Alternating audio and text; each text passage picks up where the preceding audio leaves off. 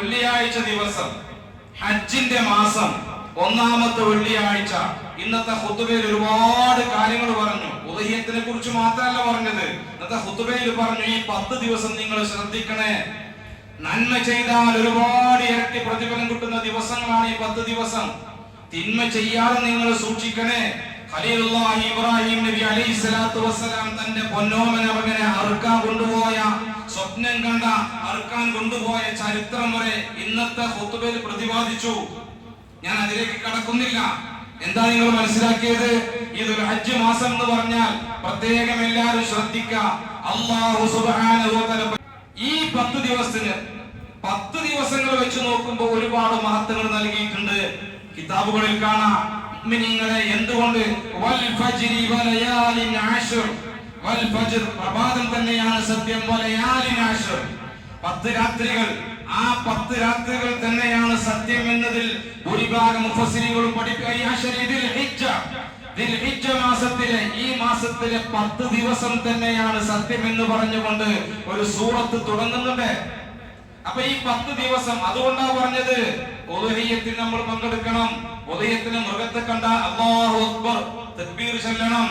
അതുപോലെ തന്നെ ദുൽഹജ്ജ് 9ന്റെ അന്ന് അറഫ ദിവസം സുബ്ഹി മുതൽ പെരുന്നാൾ നിസ്കാരം കഴിയുന്നത് വരെ തക്ബീർ ചൊല്ലണം. പെരുന്നാൾ നിസ്കാരം കഴിയുന്നത് വരെ അതിന്റെ അപ്പുറം തക്ബീർ മുർസലുണ്ട്, മുഖയ്യദുണ്ട്. സൂര്യൻ അസ്തമിച്ചത് മുതൽ പെരുന്നാൾ നിസ്കാരം വരെ ചൊല്ലുന്ന തക്ബീറാണ് തക്ബീർ മുർസൽ. മുഖയ്യദായ തക്ബീർ വേറുണ്ട്. എന്താ?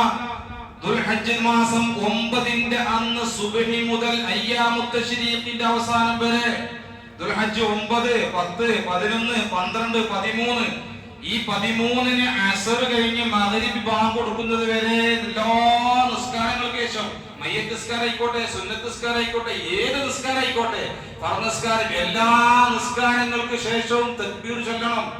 എന്തുകൊണ്ടെന്നറിയോ? ഖലീലുല്ലാഹി ഇബ്രാഹിം നബി അലൈഹിസ്സലാത്തു വസ്സലാം ഈ ദുൽഹിജ്ജ മാസം പിറന്ന് ഇതുപോലെ 8ന്റെ അന്ന് 9ന്റെ അന്നൊക്കെ സ്വപ്നം കണ്ട് അത് സത്യമാണെന്ന് മനസ്സിലാക്കിയ ദിവസം അറഫ, യൗമുൽ തർവിയുണ്ട്, യൗമുൽ അറഫുണ്ട്. പിന്നെ അത് നടപ്പിലാക്കിയ ദിവസം അതാണ് പെരുന്നാൾ. ഈ ബലിപെരുന്നാൾ ദിവസത്തിൽ ഏറ്റവും ശ്രേഷ്ഠമായ കർമ്മം നമ്മൾ നിസ്കാരം കഴിഞ്ഞിട്ട് എന്താ അല്ലാഹു പഠിപ്പിച്ചത്?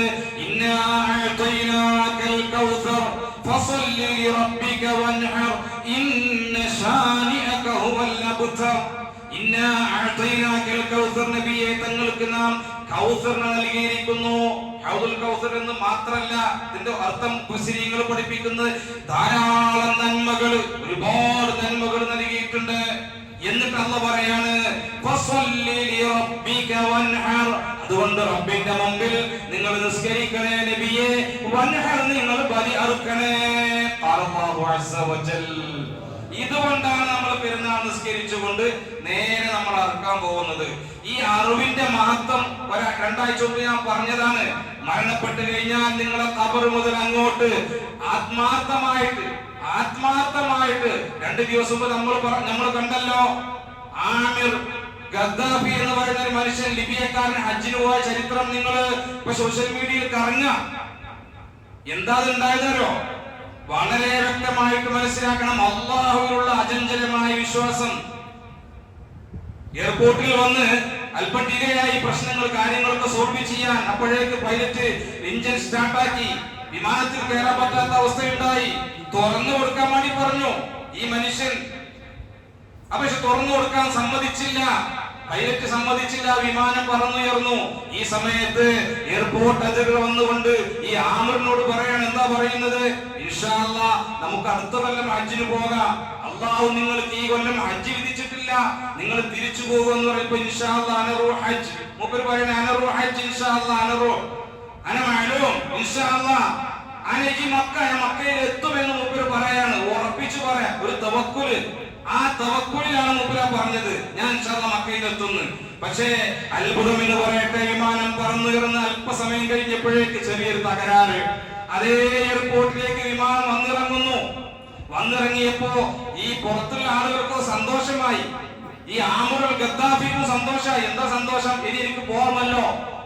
അങ്ങനെ പൈലറ്റിന് ഫോൺ വിളിച്ച് അന്വേഷിച്ചപ്പോ പറഞ്ഞു, ഒരിക്കലും തുറക്കാൻ പറ്റൂല, ഇപ്പോൾ ഇന്ത്യ സ്റ്റാർട്ടിങ്ങിലാണ്, തുറക്കാൻ പറ്റൂല. വീണ്ടും തകർന്നു. അരമണിക്കൂറിന്റെ ഉള്ളിലായി വീണ്ടും വിമാനം താഴെ ഇറക്കി, വീണ്ടും തകരാറ്. അങ്ങനെ മൂന്നാമത്തെ പ്രാവശ്യം പൈലറ്റ് ഇങ്ങോട്ട് ആവശ്യപ്പെട്ടു എന്ന് പറഞ്ഞത്, എവിടെയാണ് ആമിർ, എവിടെയാണ് ആമിർ?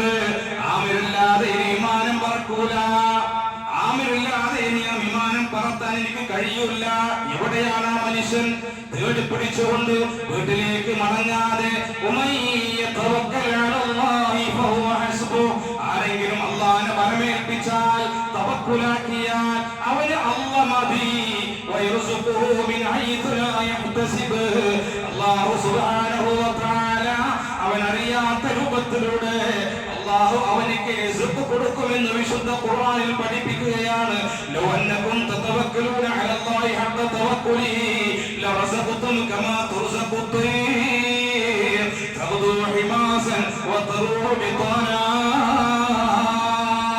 ഹബീബായ റസൂലുള്ളാഹി സ്വല്ലല്ലാഹു അലൈഹി വസല്ലം തങ്ങൾ പഠിപ്പിക്കുന്നു, അല്ലാഹനെ തവക്കുലാക്കേണ്ടത് പ്രകാരം പടച്ച തമ്പുരാനെ ഭയപ്പെട്ടുകൊണ്ട് ഒരു കാര്യം അല്ലാഹുവിൽ തവക്കുലാക്കിയാൽ ലറസഖതും കമാ തുർസഖു ത്വയ്ർ, പക്ഷികൾക്ക് ഭക്ഷണം നൽകുന്നത് പോലെ അല്ലാഹു സുബ്ഹാനഹു വ തആല അവർക്ക് ഭക്ഷണം നൽകുമെന്നാ പഠിപ്പിക്കുന്നത്.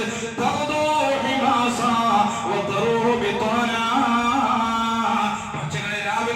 വയറൊട്ടിക്കൊണ്ട് കൂട്ടിൽ നിന്ന് പറന്നു പോവുകയാണ്. വൈകുന്നേരം വരുമ്പോ വയറ് നിറച്ചുകൊണ്ട് പറന്നു വരികയാണ്. ഈ പക്ഷികൾക്ക് ഭക്ഷണം കൊടുക്കുന്നത് ജല്ല ജലാലുവായ രാജസയ്യിദായ ഹയ്യുൽ ഖയ്യൂമായ അല്ലാഹു ലാ ഇലാഹ ഇല്ലാ ഹുവൽ ഹയ്യുൽ ഖയ്യൂം ലാ തഖുദുഹു സിനതും വലാ നൗം. ഈ അല്ലാഹു സുബ്ഹാനഹു വ തആല പക്ഷികൾക്ക് ഭക്ഷണം കൊടുക്കുന്നത് പോലെ ആ മനുഷ്യന് തവക്കുലാക്കിയ മനുഷ്യന് ഭക്ഷണം കൊടുക്കുമെന്ന് വിശുദ്ധ ഖുർആൻ പഠിപ്പിക്കുമ്പോ ഈ ആമിറുൽ ഗദ്ദാഫിക്കും സംഭവിച്ച അതാണ്. ഹജ്ജിന് നിയ്യത്ത് ചെയ്തുകൊണ്ട് പടച്ചവന്റെ പൊരുത്തം ആഗ്രഹിച്ചുകൊണ്ട് നിയ്യത്ത് ചെയ്ത് പിന്മാറാൻ തയ്യാറാവാതെ എയർപോർട്ടിൽ ഇരുന്നപ്പോ അല്ലാഹു സ്വീകരിച്ചു.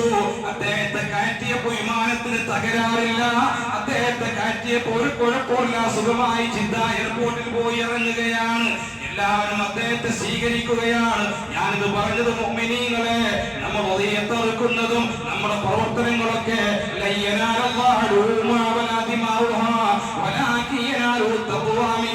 നിങ്ങളുടെ അറുക്കുന്ന മൃഗത്തിന്റെ മാംസമോ അല്ലെങ്കിൽ ഇതിന്റെ രക്തമോ ഒന്നുമല്ല അല്ലാഹു നോക്കുന്നത്, അല്ലാഹു സ്വീകരിക്കുന്നത്. നിങ്ങൾ നിന്നുള്ള തഖ്വയാണ്, നിങ്ങളുടെ ഹൃദയത്തിലേക്ക് അല്ലാഹു നോക്കുന്നത്. അതുകൊണ്ട് തഖ്വയോടുകൂടെ പടച്ചവന്റെ പൊരുത്തം ആഗ്രഹിച്ചുകൊണ്ട് ഈ കാര്യങ്ങളൊക്കെ നമ്മൾ ചെയ്യണം. അല്ലാഹു തൗഫീഖ് നൽകട്ടെ. കഴിവുള്ളവർ ഉണ്ടായിട്ട് അറക്കാതിരിക്കരുത്. അദ്ദിമു ദഹായാകും ഫഇന്നഹാ ലസ്റാത്തി മതായാകും ഖാല റസൂലുള്ളാഹി. സിറാത്ത് പാലത്തിൽ ഒരു വാഹനം നമ്മുടെ മഹ്ശറയിൽ കൊണ്ടുപോകുന്ന ഒരു വാഹനമായിട്ട് അത് വരുമെന്ന് ഉറപ്പിച്ച്, അല്ലാഹു റസൂലിന്റെ വാക്കാണ്, ഉറപ്പിച്ച് അല്ലാഹുവിന്റെ പൊരുത്തം ആഗ്രഹിച്ചുകൊണ്ട് ഇൻഷാ അല്ലാഹ് നമ്മൾ അർത്തോളി അതിൽ പങ്കാളികളായിക്കോളി, ആ കൂലി അല്ലാഹു തരും. അതുകൊണ്ടാണ് ഞാൻ ഈ ഉദാഹരണം അടക്കം പറഞ്ഞത്.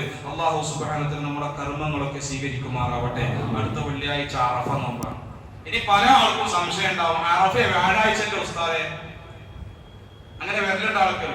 വെള്ളിയാഴ്ചയാണ് ഗൾഫിൽ പെരുന്നാള്, അറഫയിൽ നിൽക്കുന്ന വ്യാഴാഴ്ച. വ്യാഴാഴ്ച നമുക്ക് എന്നാ പെരുന്നാള്? ശനിയാഴ്ച. നമ്മുടെ അറഫ എന്നാ? വെള്ളിയാഴ്ച. ദുൽഹജ്ജ് 9 അന്നാണ് അറഫ ദിവസം. അതാണ് നമ്മൾ അറഫ നോമ്പ് നോക്കുന്നത്. യുഗഫിറു സനത്തുൽ മാദിയ വൽ ബാഖി, അതായത് കഴിഞ്ഞു പോയ ഒരു വർഷത്തെ പാപം പൊറുക്കും വരാനിരിക്കുന്ന വർഷത്തെ. അപ്പൊ നിങ്ങൾ മനസ്സിലാക്കണം, ഇതില് നമുക്ക് വരാനിരിക്കുന്ന ഒരു വർഷം എന്ന് പറയുമ്പോൾ നമുക്ക് പ്രതീക്ഷയാണ്.